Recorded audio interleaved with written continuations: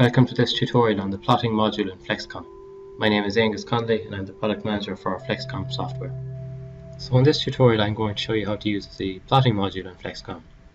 I'm picking up from where I left off in a previous tutorial. I just did a dynamic analysis of this steep wave riser, steep S riser, and I extracted some results using post-processing. So here's a plot of effective tension, envelope as a function of length along the riser. Let me just close some of these other windows here just to make the plotting module full screen, and I'm just going to take you through the various options which are contained in the plotting module. The first thing I want to show you is how to pan and zoom. So if I want to identify this peak here, I want to zoom in a bit on it, I can just click on the peak with the left mouse button, drag to the center of the screen, and then I use the scroll wheel to zoom in and zoom out. That's very straightforward.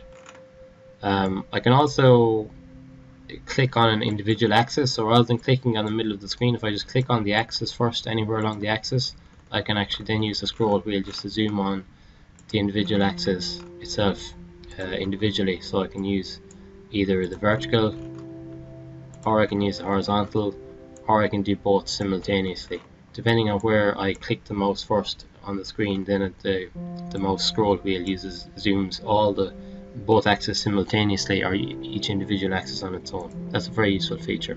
If you get lost at any point, just go hit zoom all.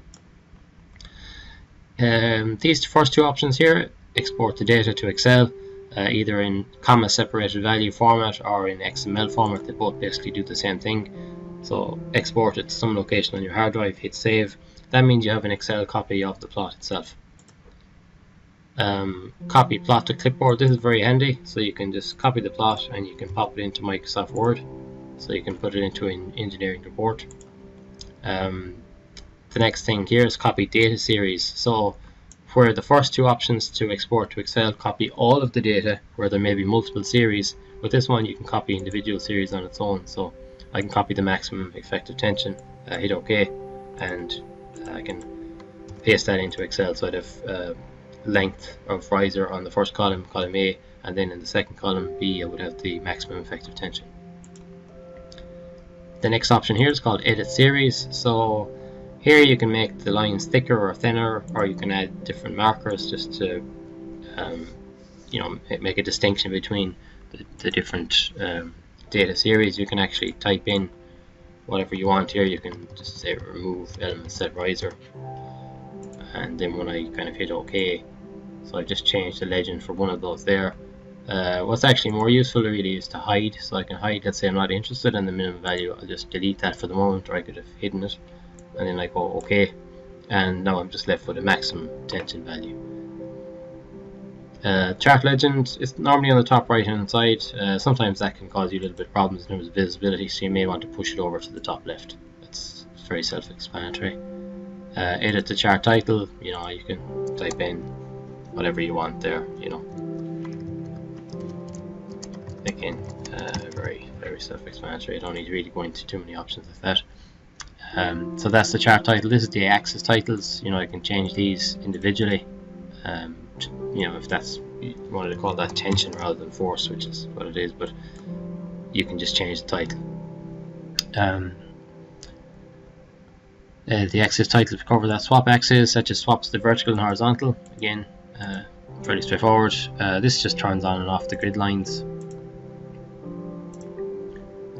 Crosshair is kind of useful if you just wanted to sort of see, well, let's say, what's the maximum. I'll just move my legend again, as that illustrates the point that I had earlier. The legend is kind of in my way.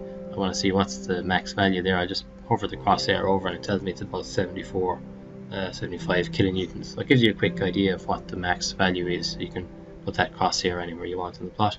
You can turn it off again just if it's annoying you at the end. The tooltips in the plot are very useful. So I'll just turn on tooltips, and what this does is when I hover over the plot, let's say if I'm interested in this particular point here, it tells me that this is element 22. So the maximum tension at that element is about 50 kilonewtons that happened at that particular time. So that kind of lets you relate your plot view back to your model view. So I could go into here and search for element number 22, And I see that the element number 22 is there just at the bottom of the start of the point section, and I can pick out that element on the plot as well, which is quite useful. So that's the tooltips. Just close the model view again, and these are some options for 3D plots, which I'm just looking at 2D plots, so they're not really relevant to us. I can use these forward and back buttons to go through different plots which are in the same folder. So that's largely it for the plotting module. Let me just turn back on. I'll just go to a time history plot as well, which is, I want to show you something else.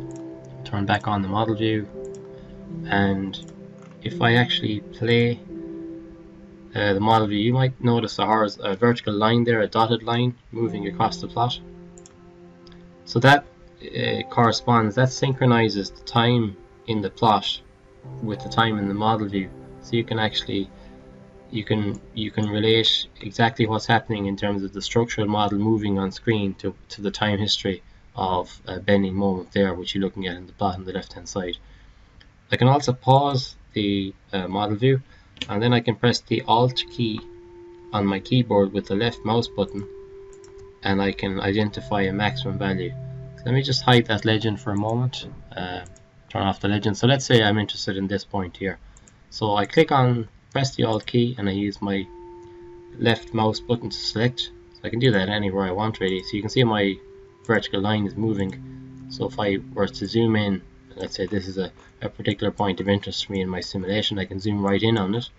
Then I can press the Alt key and the left mouse button to put the time in the plot exactly where the maximum value occurs, and then you can see what the response of the model is like at this point.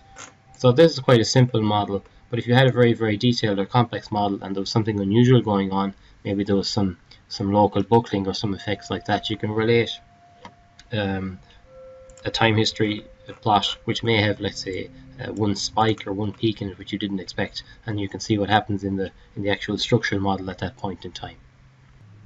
Let me close the model view, and I'll switch back on the file view. Just wanted to show you one or two more little things before I finish. We'll just close this plot again. One thing which I didn't show you is how to superimpose two plots on top of each other. So I have a plot of axial stress here, and I have another plot of bending stress, so I can just gently lift one on top of the other. So I'll just close that, and I'll show you how to do it again. So I just double click on the axial stress plot to open it, and then I right click on the next plot, and I click and I drag and lift one on top of the other. So that superimposes both plots together. And alternatively, you can just use the shift key to select two plots together and then open. Then Flexcom will suggest, do you want to superpose two plots which have the same axis, so they've got to have the same dimensions, same types on vertical and horizontal axis. So we say yes, and you can see that we have the axial stress envelope superposed on top of the bending stress envelope. So it's not necessarily two things which you'd normally compare, but just for illustrative purposes to show you what you can do, I've just done that there. So we can just maybe hide the minimum values for both stresses, so we can see what the maximum axial stress looks like and what the maximum bending stress looks like as a function of distance along the riser. So that's quite a useful feature as well for comparing multiple variables on top of each other. Finally, I just wanted to show you, I have a 3D plot here which I'll just open.